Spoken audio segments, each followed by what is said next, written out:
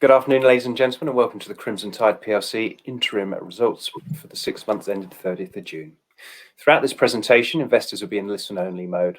Questions are encouraged and can be submitted at any time via the Q&A tab situated on the right-hand corner of your screen. Simply type your question and press send. The company may not be in a position to answer every question it receives during the meeting itself. However, the company will review all questions submitted today and publish responses where it's appropriate to do so. These will be available via your Investor Meet Company dashboard. I'd also like to remind you that this presentation is being recorded. Before we begin, we'd like to submit the following poll. I'd now like to hand you over to Luke Jeffrey, CEO, Peter Herter, CFO, and Barry Whitt, Chairman of Crimson Tide PLC. Many thanks and good afternoon. Many thanks, Paul. So firstly, thank you all for taking some time out of your busy lives to join our first presentation with IMC. Just to reiterate what Paul just stated there, just to introduce ourselves. So hi, I'm Luke Jeffrey, I'm CEO of Empro5 Crimson Tide. I've been with the company for about 16 years, having joined from university as a senior developer. I'll let Peter Herter, our FD, introduce himself now. Hi, I'm Peter, originally from South Africa, joined the company 2 years ago and enjoying it very much and really appreciate working with Luke and Barry. And last and certainly not least, Barry Whitt, our chairman and founder. Good afternoon, I'm Barry. I'm a bit part player in Crimson Tide these days. I just occasionally support the two guys on the call and Toby Hawkins, who's the sales and marketing director. I'm really here to just provide a smiling face and listen to what you guys have to say. So moving straight into slide 3, slides 3 to 5 will really set and give you guys a little bit of context around the background of the business, what our platform Empro5 does, and our raison d'etre. So really, we're all about revolutionizing a company's operations using the cloud. We've developed a mobile workflow platform called Empro5, and the majority of our customers use that to remove paper-based manual processes where there's lots of travel involved, lots of bureaucracy, waiting for approvals, so on and so on and so on. Really, the culmination of a lot of things of what we do is in real-time management dashboarding and making sure that we only inform and alert users when absolutely necessary. So hopefully, once an Empro5 configuration has been put in place, your business stakeholders can focus on the exceptions within their business rather than the rule, and obviously that kind of 95 to 5% split of their attention. So why do we do this? Moving on to step 4. We've seen over the years that manual errors in data entry and processing are prevalent across pretty much every process that we replace. So that might be filling in forms wrong, it might be sending it to the wrong person, so on and so on and so on. Using Empro5, we're able to move all of that to smartphones and tablets, making sure that the correct processes are followed. This means that there's a reduction or a complete eradication in some cases of the errors in data entry and processing. We're able to drastically reduce turnaround time and maximize throughput. So if there's automation steps where people need to be notified, people need to be prompted, you can basically allow the platform to do that on your behalf. And of course, the net result of this is that ensures process compliance. So some of our customers working the healthcare sector or facilities management, health and safety, where there's very, very strict guidelines around the processes that must be followed, and they need to be audited for things like ISO standards and so on. And again, as I alluded to before, putting Empro5 in place allows our customers to focus on the exceptions within their business rather than the rule. And to some of our smaller customers, it really enables us to empower them with the capabilities of 21st century cloud computing. So giving them access to technology like machine learning, predictive analytics, the Internet of Things. Some of these things we'll talk about in more depth in due course.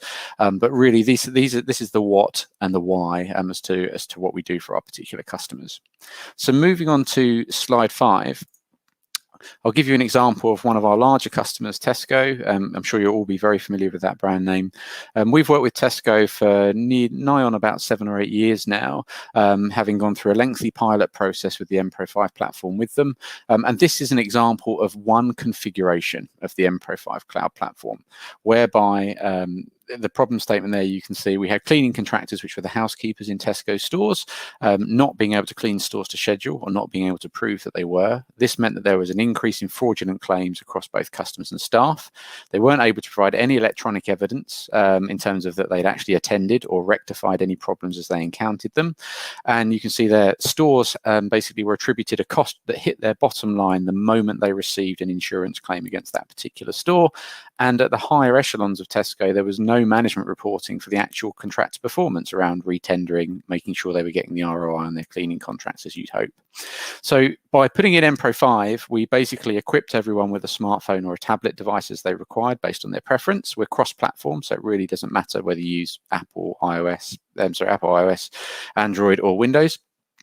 We digitized all of the cleaning schedules, imported those into the MPro 5 platform, enabled a process that Tesco prescribed to us around before and after photos, signature, clocking in using the NFC tag, so scanning a tag in store to prove that you'd attended to that area of the store at that point in time, and then rolling all of that data up into online dashboards, which meant that they could either respond and close claims within a matter of days as opposed to months, or real-time dashboarding across the entire Tesco estate for operational cleaning. So when it came to retendering, when it comes to exceptions or reporting on problems within their estates and their clusters of stores, they're able to do that. And then at the back office, they have an injury help desk, which are alerted in real time if an injury is recorded within the store as part of the accident workflow. And all of this comes back to the bottom part of really automating the management level reporting so that they could claw back from contractors when they weren't providing the service they require, and enhancing the ambience and customer perception of the stores that MPro 5 was present in. So as you'll imagine, particularly at the moment as well, supermarkets, it's incredibly competitive. Everything that Tesco are really governed by is around brand, appearance, the ambience in store, and making sure that they are going to maximize the number of people that are shopping within those stores. Anecdotally, we had reported back that the stores that had MPro 5 rolled out were 30% safer, that our evidence was used to support claim defences across multiple stores, and that the customers were reporting visibly cleaner stores. So those were the three of the tangible benefits that came out therein. So a little bit about what we do, why we do it, and who we've done it for. And I suppose now moving on to the slide number 6, you'll see how we do it. So MPro 5 is our single platform. It's the culmination of many, many years of experience in mobile applications, both bespoke and through CRM systems earlier on in the company's life. Really, it consists of a few components. A mobile app that you can install, as I alluded to before, a cloud-based website that runs in Microsoft Azure. We've been a Microsoft Gold partner for many, many years. Alerting, reporting, KPI dashboards, and that automation engine that I alluded to around scheduling things based upon if this, then that type criteria, and our IoT data capture module. Now, this is really new as of really, I suppose, middle to end of last year, whereby rather than having all of these as manually specified schedules or manually specified routines, MPro 5 is able to ingest millions and millions and millions of events from sensors that are listening to temperature, humidity, CO2, carbon monoxide, all of those sorts of things. And as a result, automate the scheduling and the process compliance from the back of that data. So a good example might be one of the pilots that we've currently got running in London Waterloo, whereby we're monitoring the population density, people movement, the air quality, all around COVID safety and all around ensuring that that station is going to be managed and optimized throughout rush hour. MPro 5 is sold on a long-term software as a service contract. Really, we are governed, and everything we're trying to do is push everyone into long-term subscription revenues. And we're a relatively high margin, circa 85% in terms of those long-term subscription revenues. And our contract breadth is covered in a later slide, which you'll be able to look through. Generally, our standard contract term is 36 months. So moving straight into slide 7, a little bit around what the platform capabilities have that I haven't covered already.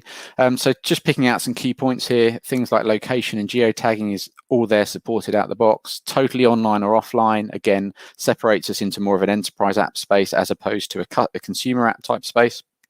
And that last point, the integration API, was another investment that the company made strategically, which enables us to plug MPro 5 into any existing system that can connect to the internet. So think of that really as a doorway between two systems, whereby you can push data into MPro 5 and pull data out of MPro 5 as and when you see fit. And that's really all about lowering the barrier of entry for our sales channels. So again, a key differentiator for us as a platform is that our service is included in our monthly subscription. What this means is that we're able to configure MPro 5 to your, I suppose, your problem statements, to the requirements that you might have to help our customers maximize that ROI. The key point to note here is that when we're setting up new customers around our gearing, for example, is that we need data entry type staff to be able to configure these particular workflows. It is not coding, it is not development, it's a no code environment. So really we're relying on our users or our configuration teams to take the requirements that our customers give us, move them into the cloud, and then give them all of that great MPro 5 goodness. So moving on to slide 9, a little bit around the history. So our longest client is 15 going on 16 years now. They've renewed with us, I think 5 or 6 times. That's Koenig & Bauer, who are a service industry for large printing presses in the UK. We've got a number of supermarkets, so Tesco's and Morrison's are the two that everyone knows. And in the first half of this year, we closed our first deal with a neighbourhood convenience store, which was McColl's. We've got our standard Azure 99.9% uptime SLA, and we've got, as I alluded to before, some really great names on our customer sheet. You can see there some of our partnerships are ISO accredited, GDPR compliant, as any tech company will be. We've been a Microsoft Gold partner for many, many years, and we're also part of the Samsung Enterprise Alliance program. And I'll speak a little bit more around the partner network later on when we're talking around growth opportunities.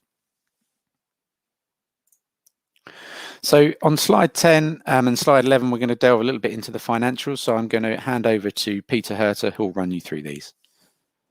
Thank you, Luke.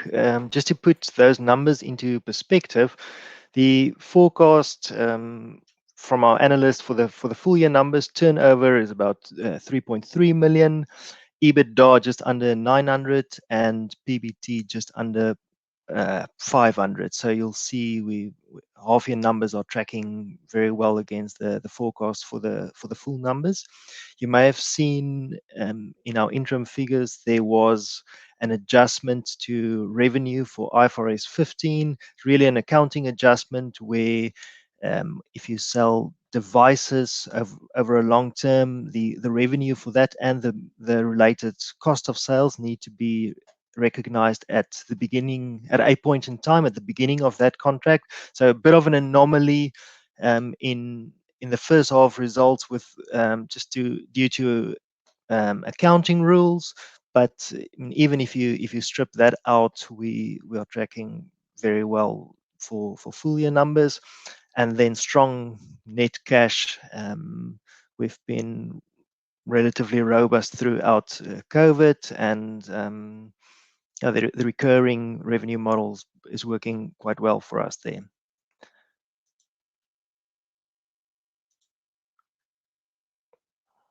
All right, let's move to the next slide. You can see there our average contract length for revenue weighted is 42 months at the moment. So like Luke said, our standard contract pretty much 36 months, some 24. The revenue weighting, at the end of last year we renewed quite a big contract for 60 months, and then in Q2 there was the RNS out for another big contract for 60 months. So that's where we got to that's why our average contract length at the moment 42 months. Our number of customers in excess of 100, typically we find that customers have, I'd say a third of customers have more than one contract with us. So we start at one department and they find it useful, and either they renew early and add another department, or add a separate department on a new contract. And that's really playing into, we try to be sticky so that it's difficult to really embed ourselves in customers. And I suppose on that also the next, the inevitable question in terms of stickiness, you'll see their lifespan on churn. Historically our churn is very low, and typically it is due to either we've outgrown a small business, or perhaps a company was acquired and the acquiring company had a matching solution. That's, I mean, certainly in the time that I've been with the business, the only reason that customers have left. Gross margin, like Luke mentioned earlier, it's about 85%. If you split out the devices, that IFRS element on the devices, gross margin about 50%. So for the half-year results, there's a little bit of an impact on that. But certainly on the software and the recurring revenue side, 85% margin is what we're working towards. That's about that. Back to you, Luke. Thanks very much, Peter. So just running through the operational highlights, and I've seen we've had a few questions raised. I promise I'll get to those towards the end, so please just be a little bit patient on that front. So as we alluded to before, first half of this year, we closed our first kind of neighbourhood retailer in terms of McCall's, which again was a 60-month contract. And as Peter alluded to before, that had an impact on our weighted long-term contract average duration. We've really placed a couple of bets internally around focusing on transportation and supermarkets. We have a partner network in terms of our sales channels, which has provided us introductions to the likes of Network Rail. That particular partner was O2 in the UK, and we've currently got some pilots which are underway, and within those stations, as I discussed very earlier in the presentation, all around Internet of Things, people safety, people movement, and obviously the COVID pandemic in the shorter term, but longer term, maximising the efficiency of the mainline stations. So that's currently underway and is very exciting for us. In terms of increasing the quality of the retained client book, to give you some visibility, 2 years ago, our entry level price was £495 a month. We doubled that to £995 per month, and then actually doubled that again to £1995 per month. And that's really because we found more of a sweet spot with the slightly larger organizations compared to the small micro businesses before, with maybe 5 to 10 users, whereby we're able to give much bigger ROIs, and obviously it works much better for our scaling and our gearing longer term to be working with larger and more enterprise level customers. So there's been an element of positive churn over the years. Historically, churn rate's incredibly low. You'd be talking between probably between 5 to 10% as a maximum at the very low level. That would be in terms of customer numbers, but not in terms of revenue. So really, really small in terms of the impact. And I've got a particular slide I believe it's the next slide, which talks around COVID in particular, so that you're aware of the impact that that's had on the subscription business. Our partnerships are improving our routes to market. If you were to speak to Barry on any day of the week, he'll tell you that we're terrible at marketing, and we have been for many, many years. Really, I think the partner model is our quickest route to growth. We've had some great successes with what we call digital transformation consultancies. So these are consultancies that are employed by organizations to move them to the digital age where they haven't before and increase those efficiencies. Those business objectives go hand in hand with the capabilities of the MPro 5 platform. We've got a couple of those. We've got one in Dubai, who's actually a technology partner, so they're fully involved in their delivery. We've got one in the UK, and we've also got obviously the mobile networks and the hardware providers, so the likes of Samsung as an enterprise alliance partner, and O2 in the UK as a mobile network partner. And we are seeing some growing traction from our investments in innovation. So particularly the Internet of Things, it's a real buzzword, has been for probably the last year or so, around how can one thing is capturing and ingesting all of this data. The next thing is, what do you do to action it?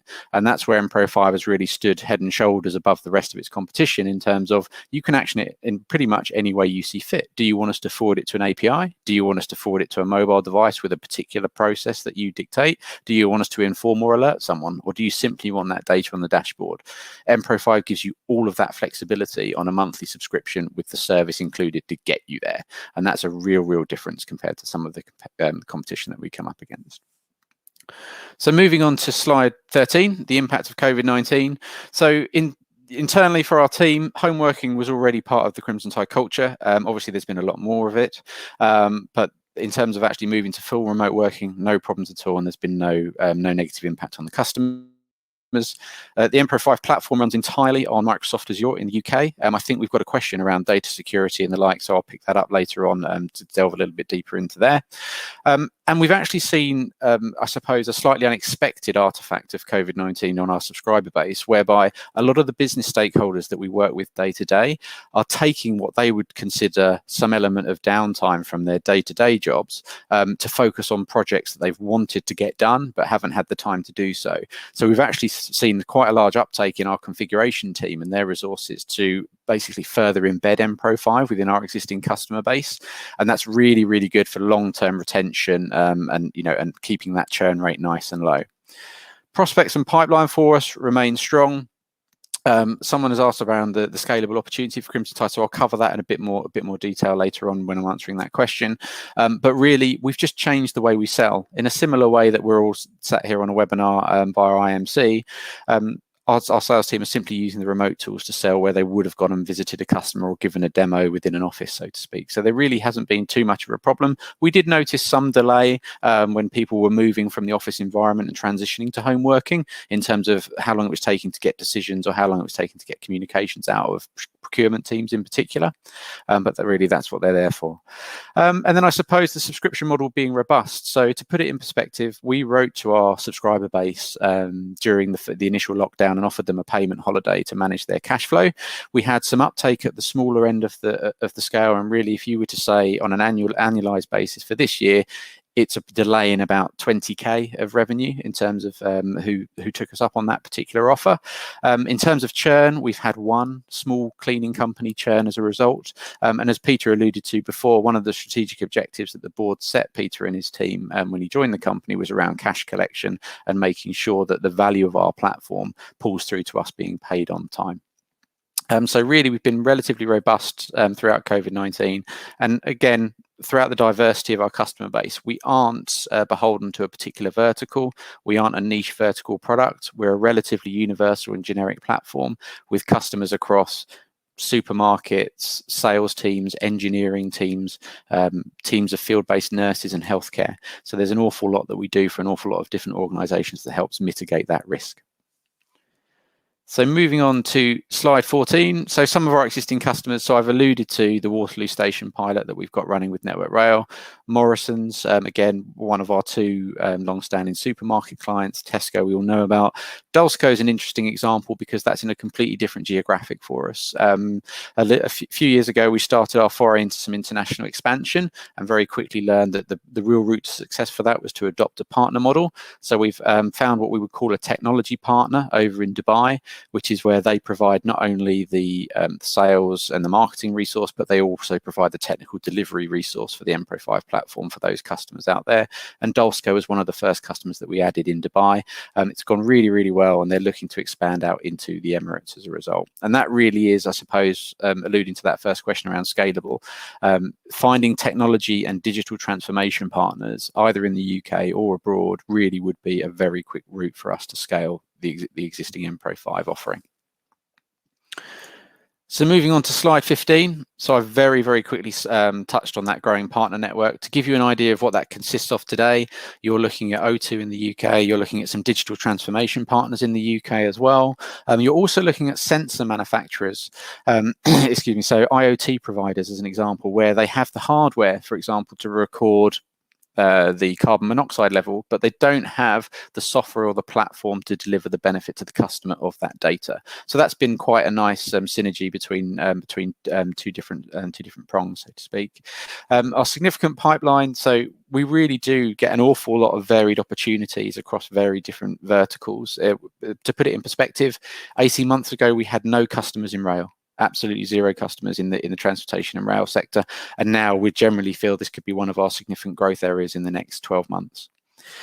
I've covered IoT, I think, in good enough detail for now, so we can leave that. And overseas, really, we acquired a business very early on in my Crimson Tide life over in Ireland, where we've inherited some existing subscriptions which have moved to the M-Pro5 platform. And the UAE, as alluded to earlier, really would be governed by finding a technology partner, either from Dubai or one of the other Emirates. The micro business market is something that we've, I suppose, from a strategic perspective, we've discussed a number of times. You know, is there space for a nano and micro business offering of MPro 5? So these could be your self-employed tradespersons or very, very small companies consisting of maybe less than 5 users, maybe 10 at a maximum. There certainly is scope in that, but at the moment, I think if any of you have read the chairman's statement in the interim results, you'll see that sometimes to a degree we're constrained about the opportunity that we can prosecute simply by the current resource and the size of the organisation. Our marketing is a relatively small percentage of overhead.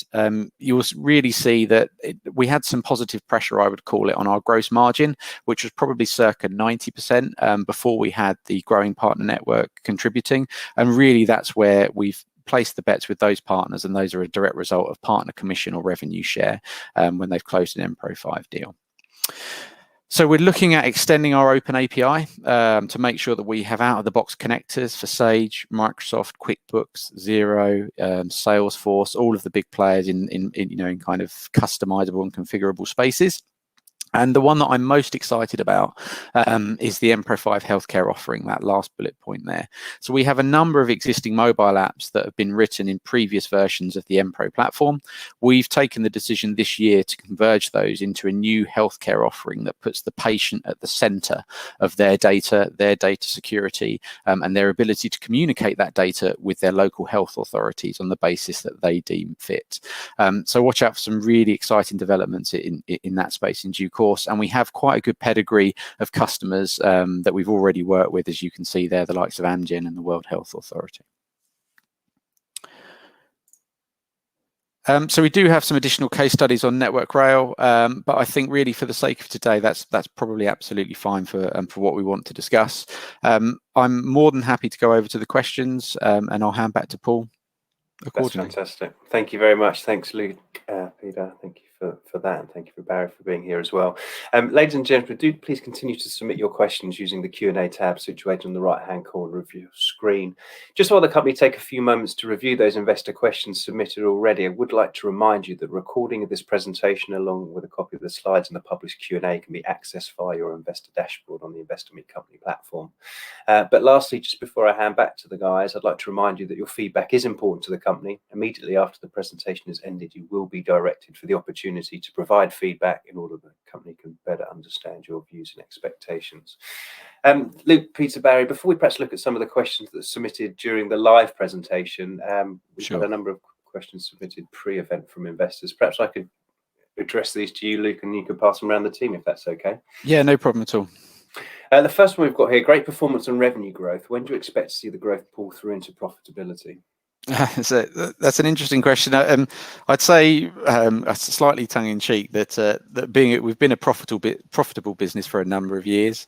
We're a little bit of an anomaly in terms of AIM technology companies as a result. And certainly, if any of you guys haven't seen FinCap's note that's out there at the moment, please do reach out to FinCap to get a copy of it. We're very comfortable with the target that we set for the business therein, but I'm sure Barry will have a few bits to add. Fantastic. Barry, is there anything you want to add at all? As Luke says, we are slightly unusual in as much as we did not take the option to take significant amount of capital early in our business because we believed that setting the foundations of the business were extremely important first. We feel uncomfortable with just continuing to come back to investors looking for cash to potentially grow to the next level. And so we have been profitable, sometimes to our detriment. Sometimes we should have potentially looked to invest more and perhaps report a few losses, but not our style. Although I may like to wrap that up into one of the questions on the screen, which is regarding scalability.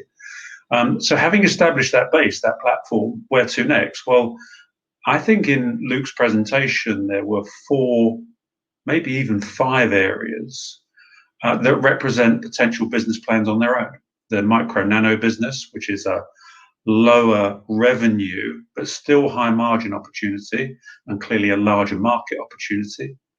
The overseas opportunities, we're not fans of bricks and mortar investments in new geographics, and that falls into the partner strategy of where can we find more partners now? Marketing is now attuned to gaining credibility rather than continuing to market. Mpro5 for QuickBooks, Mpro5 for Dynamics, Mpro5 for Salesforce, all of those are scalable opportunities.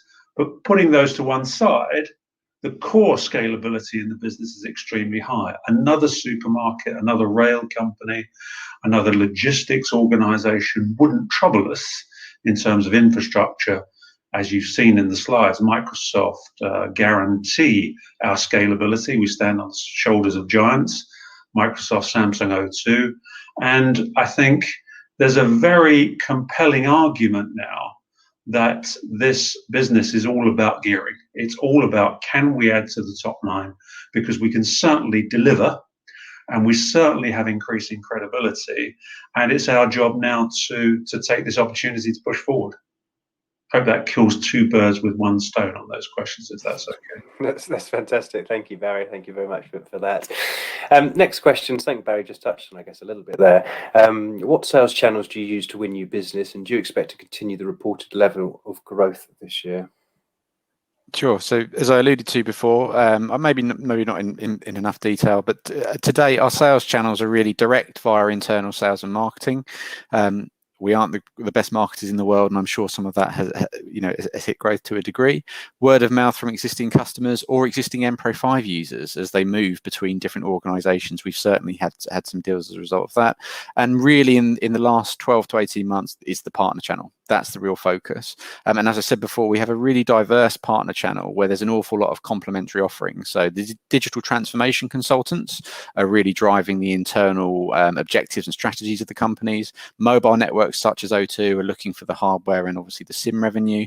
And then obviously our IoT sensor partners and providers who are literally providing hardware but don't have the software capability to deliver. That's great. Again, I think you touched on this in the presentation. How much of your revenue is repeat in nature? I know I've got a couple of questions on that in the live Q&A as well. Perhaps I could just ask you to incorporate those together in a couple of seconds, if that's okay. Yeah, sure. And lastly, the one question we had through as well, can you demonstrate any of your product solutions? What we thought we'd do is to pop out a little poll just to ask investors if they'd like to attend a product demo by the company, so we can gauge that and we can look to fix it up. But if I could perhaps hand back to you guys now, just have a little scan through the Q&A that we've had in today during the live event and just read out the question, perhaps who it's from and the question before answering where appropriate to do so. Sure. No problem. So I'll kick off with the first one, which is around Andrew C. From Andrew C. around looking to the medium long term, say something about the scalable opportunity for Crimson Tide. So I think Barry alluded to that before and answered that relatively fully in terms of doing a little bit of what we do. A couple more supermarkets in the UK, a couple of the stations closing for us, would really contribute quite significantly and be rather exciting. And then really from there, there's potential for us, as you can see on the screen there, with the other opportunities to go through. From a scalable perspective, as I alluded to before, it's really a case of how much development work we feel is going to directly correlate to adding to the top and bottom lines. So we aren't really aggressive in terms of our capitalization policy compared to some of our competitors. And really, it's all about making sure that we're pushing the platform on, keeping it current, and making sure that we're delivering that 21st century cloud computing for our subscriber base. I'll take the second one, Luke. Thierry, bonjour. I'm going to put you in the list of philosophical questioners. The reason we call Mpro5 SaaS is certainly to do with where the company's origins came from. We were very close to Salesforce in the initiation of mobility as a service, and we've had our own acronyms over the years: MAS, SLAS, SOLS, etc. I think one thing it does bring out, though, is that our customers have supplied Mpro5 as a service on their long-term contract. So one of the features is that customer requirements change, further opportunities appear, new requirements are added, new modules are added, and we actually do that included within the subscription. So it is truly as a service. I do understand the question. I think it's potentially a little bit too intelligent for me, but that's our explanation of it. I hope it's good enough. Thanks, Barry. Andrew C. Oh, great, a technical question, finally. So could we say a little bit around user authentication and data security? Yeah, so first thing around internally, so we're ISO 27001 certified. The Empro 5 applications annually penetration tested. We have SSA 16 Type 2 certification as well. Everything we do is in Microsoft Azure in the UK cloud, or where required in the locality of those particular customers as needed. And in terms of authentication, as a good example, recently we completed an SSO module development for Empro 5, which enables us really, again, to lower that barrier of entry. So where someone has an existing authentication provider that they want to use, you can simply bolt that on, connect it up to Empro 5 using SSO, log in with your existing email and password, from your corporate environment, and then use all of the authentication protocols that you'd normally like. So anything like OIDC, two-factor auth, LDAP, all of that kind of stuff is supported there out the box. And we do have an internal development roadmap.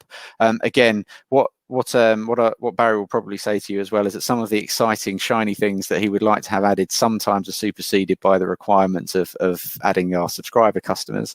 But yes, we do have an internal development roadmap, and I'm more than happy to share a high-level version of that at a later date with you guys. I'll deal with the question on RFPs, often a graveyard for software companies where organizations basically don't know what they're asking for, but they want 3 quotes for what they don't know that they're not asking for. Very rarely do we get any business from tenders, proposals, RFIs, although I can hopefully amusingly say that we did respond to one recently from a public sector organization that had an RFP for Empro 5. We're very hopeful of winning the business.